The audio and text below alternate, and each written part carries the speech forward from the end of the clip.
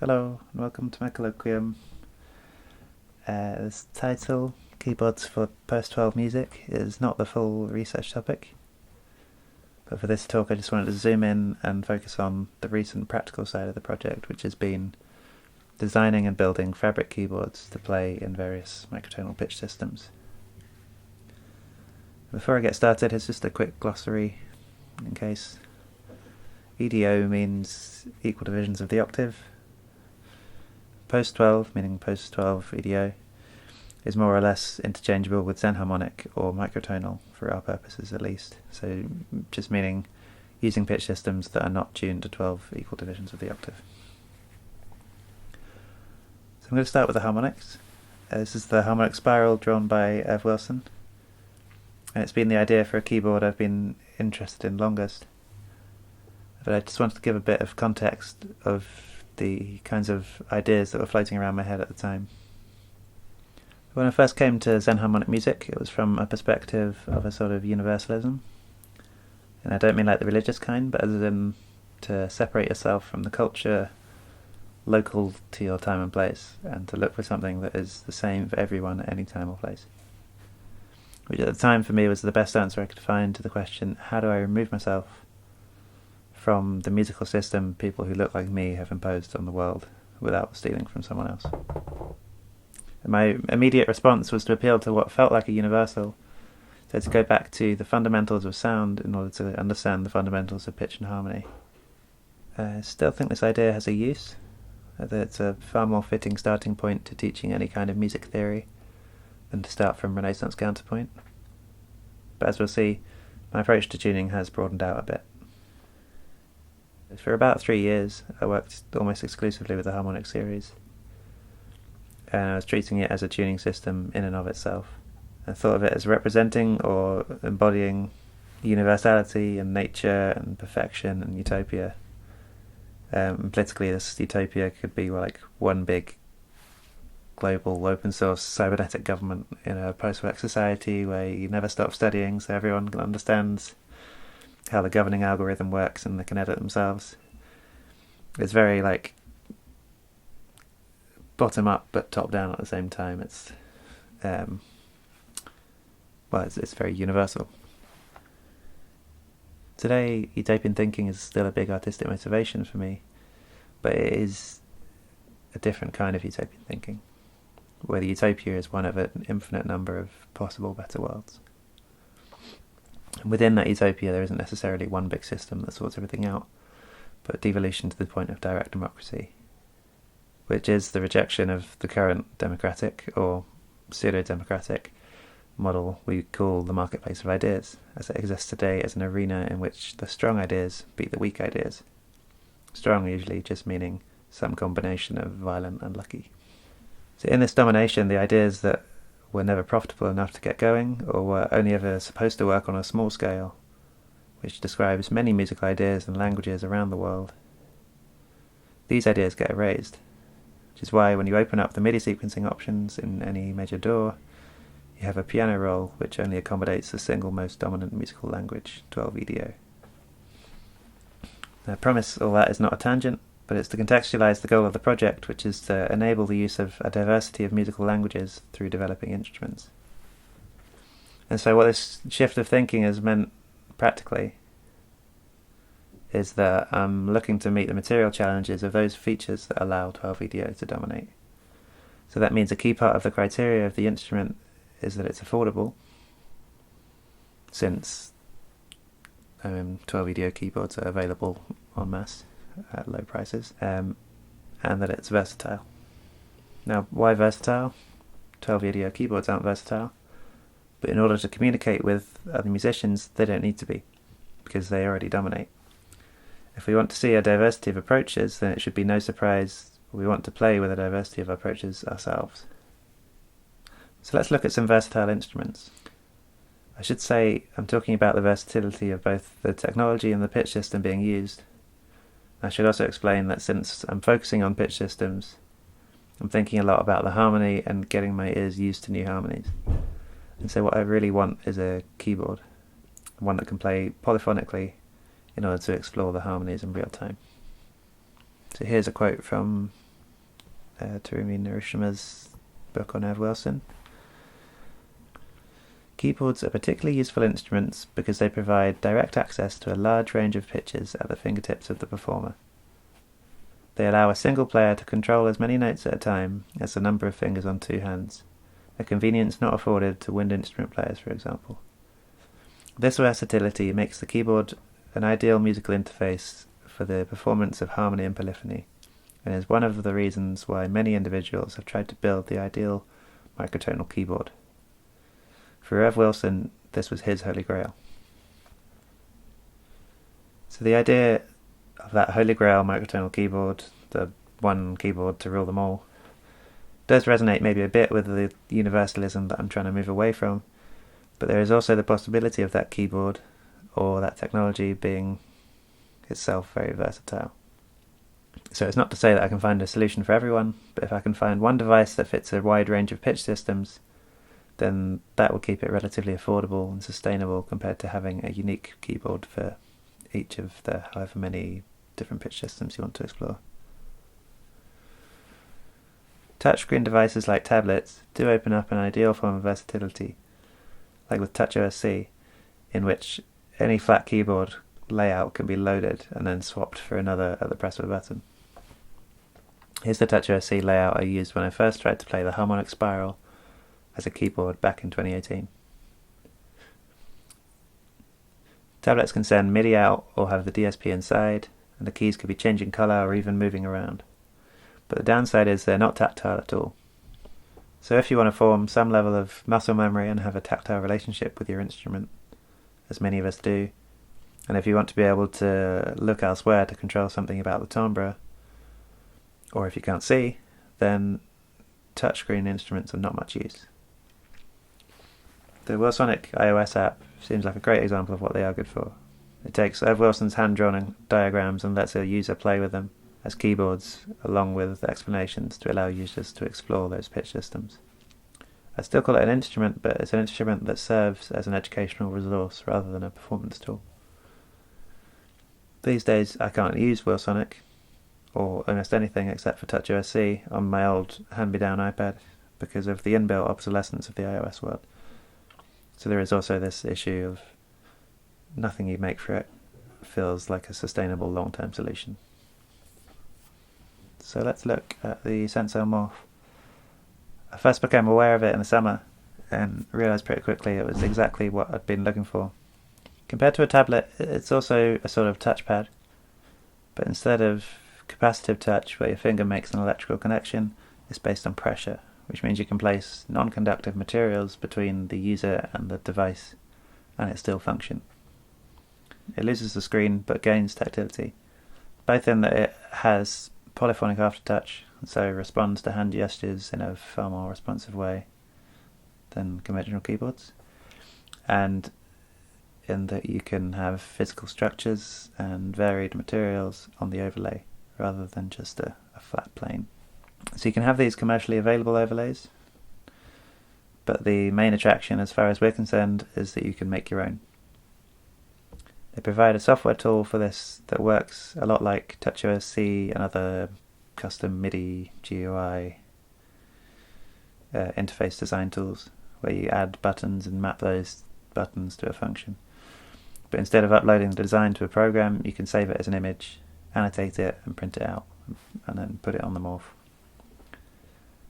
So we're already looking at the one for the harmonics up to 64, and here's one for just the odd harmonics up to 81, which instead has lines marking tritave equivalents.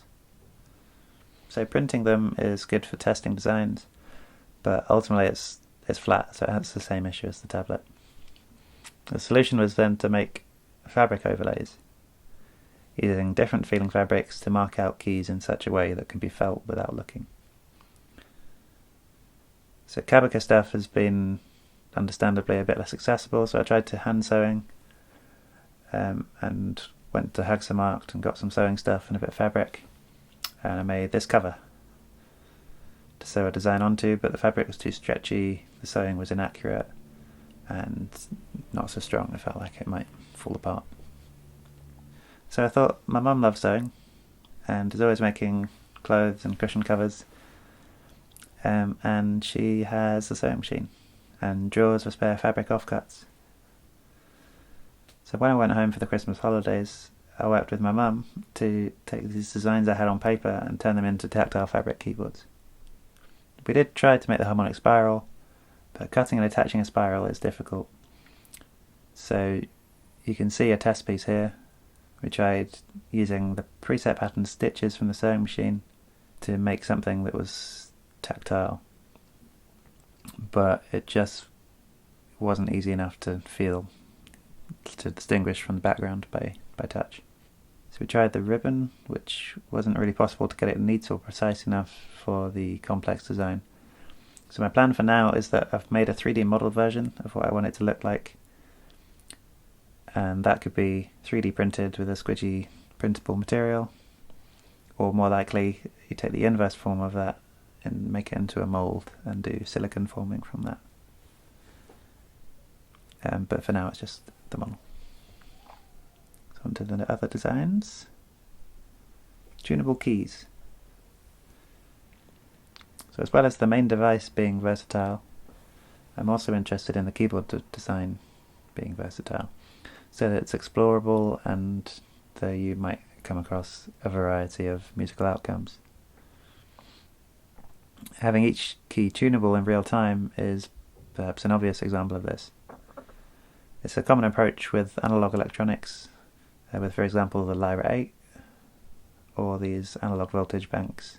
I have done the initial concept designs of one of these myself for this purpose, so with all sorts of Markov chain sequencing possibilities, and well, it'll be more of a multiplexer than a sequencer, so you could route a signal into a certain step and use it either as a sequencer or keyboard, but replace, instead of just a steady pitch, you could have an oscillator giving you frequency modulation or something like that.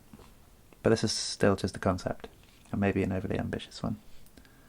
And anyway, these are monophonic, or using the multiple channels you could do paraphonic chords, but only with chords in columns, not by combining the pitches in the intuitive way that I would like. So to get it to be polyphonic, I need to implement real-time key tuning in a Morph overlay and digital instrument. So that's what I've done here. There are 20 keys, each with a corresponding tuning key. So this one goes with this one with this one, and so on.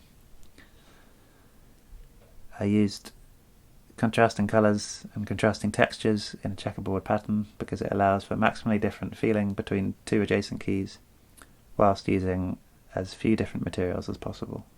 These tuning pads send MIDI controlled change messages, which only have 128 values each, which wouldn't be precise enough to allow any key to be any pitch, so they're actually XY pads. The Y value is a coarse tune and the X is a fine tune. I'll get this working with the main synth design soon, but for now here's a sine wave example.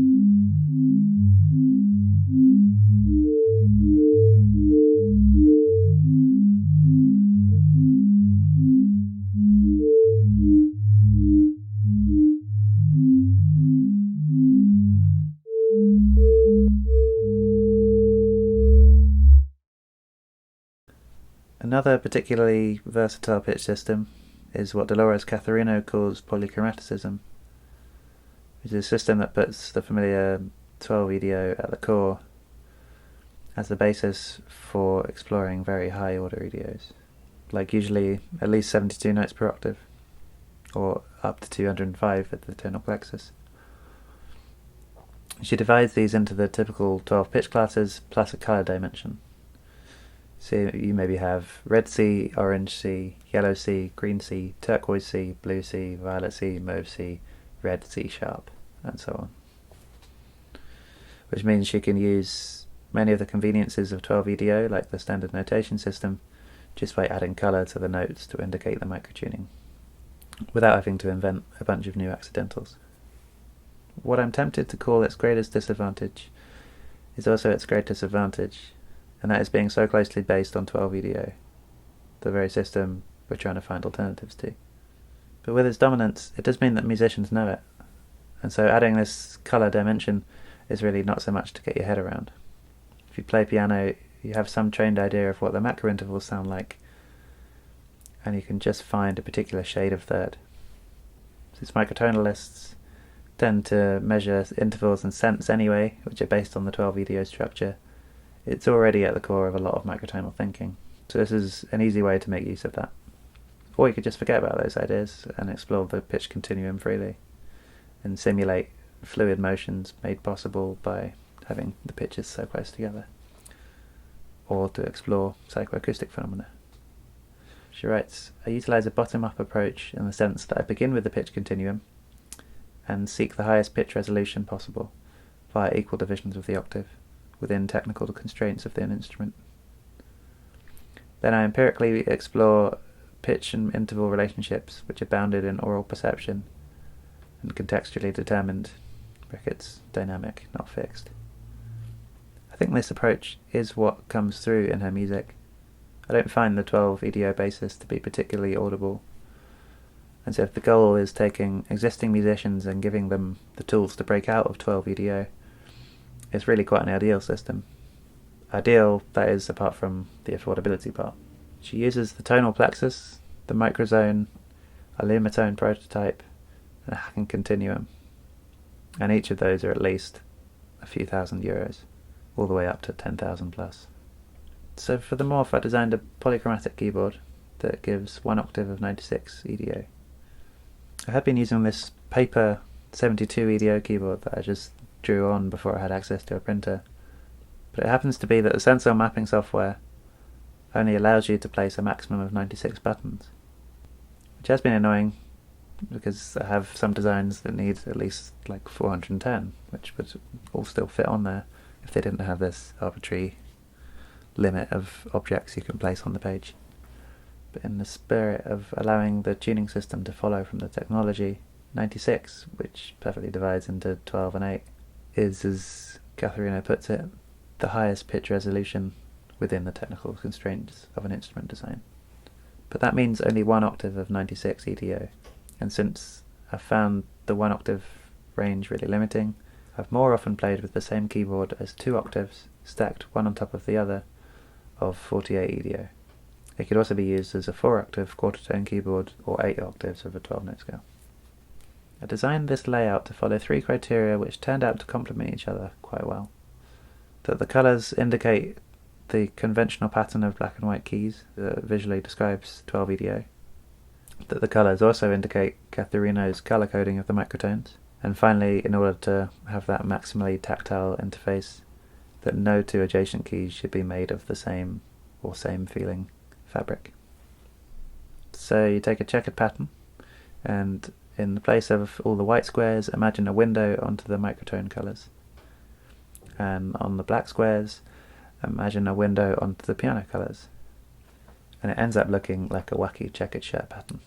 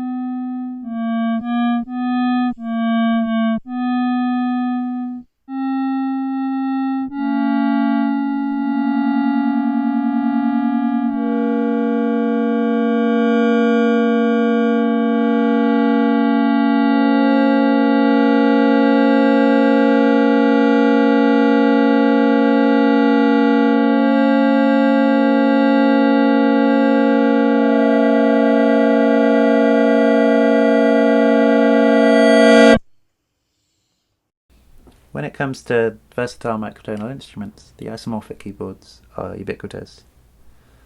There's this one, this one, this one, this one, this one, this one, this one, this one, this one, this one.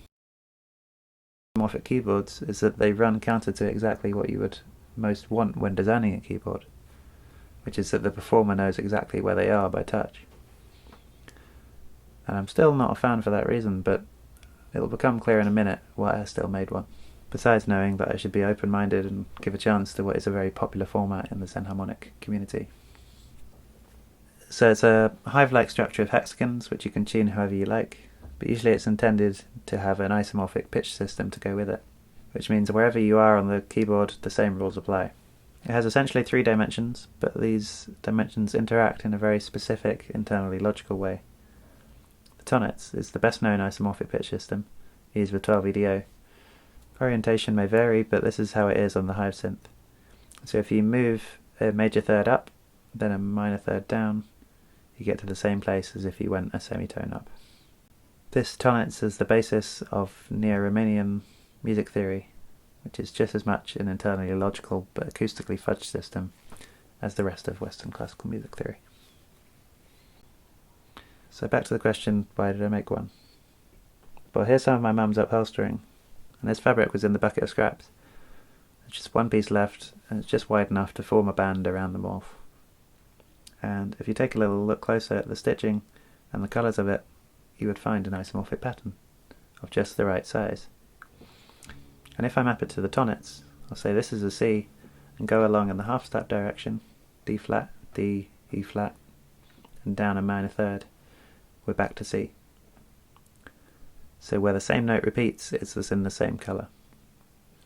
So I've taken my approach of allowing the pitch system to follow from the technology, here the fabric itself, and ended up, by a massive coincidence, at a very popular existing solution. And all we had to do was sew the piece of fabric into a band. So I was pretty pleased with that. And I just got the book about Irv Wilson, which is full of all these diagrams showing how he maps complex pitch systems onto these hexagonal isomorphic keyboards. So I'll definitely have a go at those soon.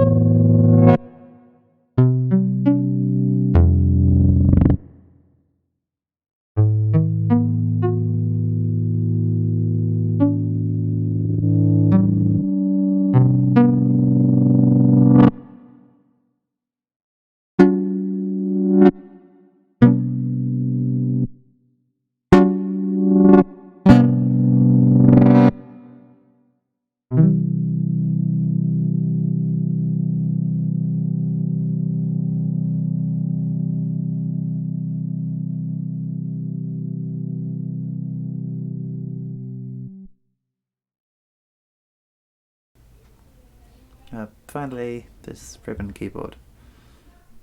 When I started this research, I was thinking exclusively about scales of discrete pitches, but some chats we had last year made me think more about fluid pitch motion.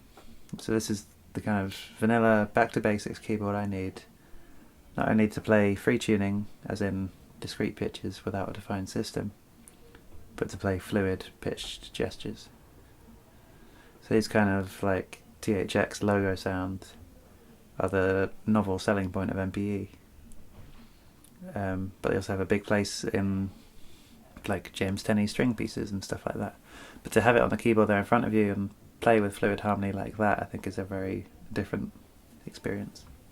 So you can play by listening and moving your hands, so that the process of finding a certain harmony is part of the sound. But you can also add marks to guide the hand, either systematically or arbitrarily. So with this tuned as a guitar, I can use the same mapping but with a different overlay to have the fret markings on there. And I don't have to just play them, but I can play around them.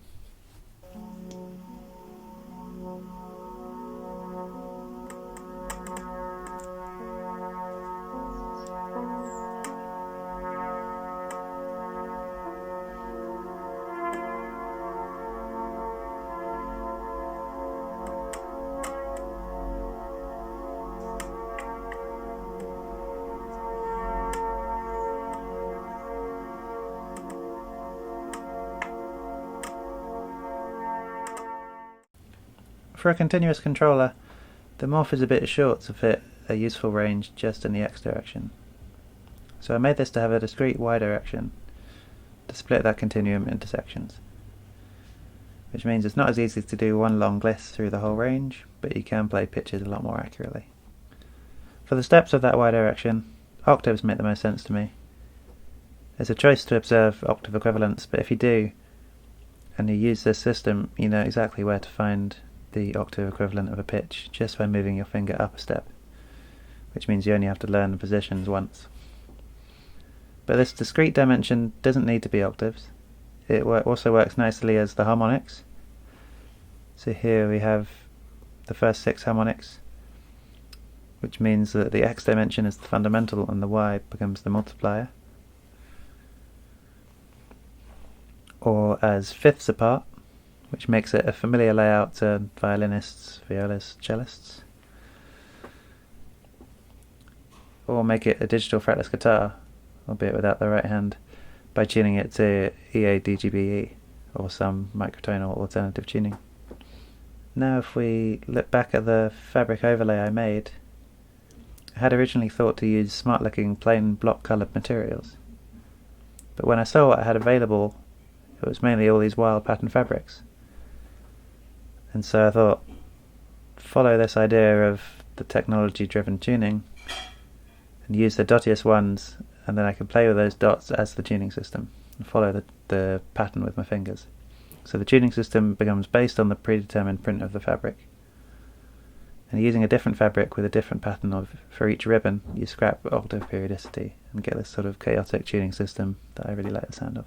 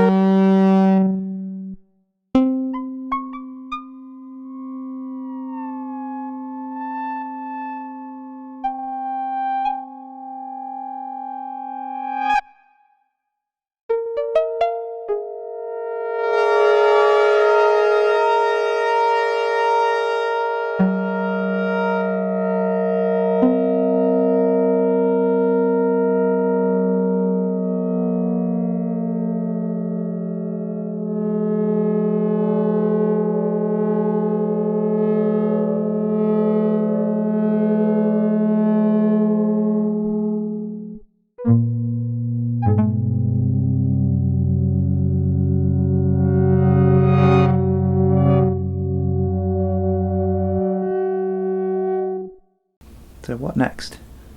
There's plenty more to do this year, but there's also this argument I keep coming back to, that the work that needs to be done to enable tuning diversity is less about making music and more about creating the technological and educational tools for it to become beginner friendly, which is to say accessible to those just starting music or who aren't mathematicians or technologists, as well as making it more affordable. So far I've been working on the technology side, and I'd like to keep doing that, but I would also like to begin tackling the education side. I think until this month I had no idea where to start with that. But making these keyboards out of old scraps of fabric really took me back to memories of making stuff at primary school. If I could just simplify the process a little bit, it could be a decent starting point for a child-friendly workshop in which they design their own keyboards. It'd be a way of introducing people at a young age to the idea that our systems can be kind of arbitrary, or at least by no means the only way things can be. That you don't have to use the one big scary musical language, you can make your own. That's it. Thank you for watching. see you on a Zoom soon.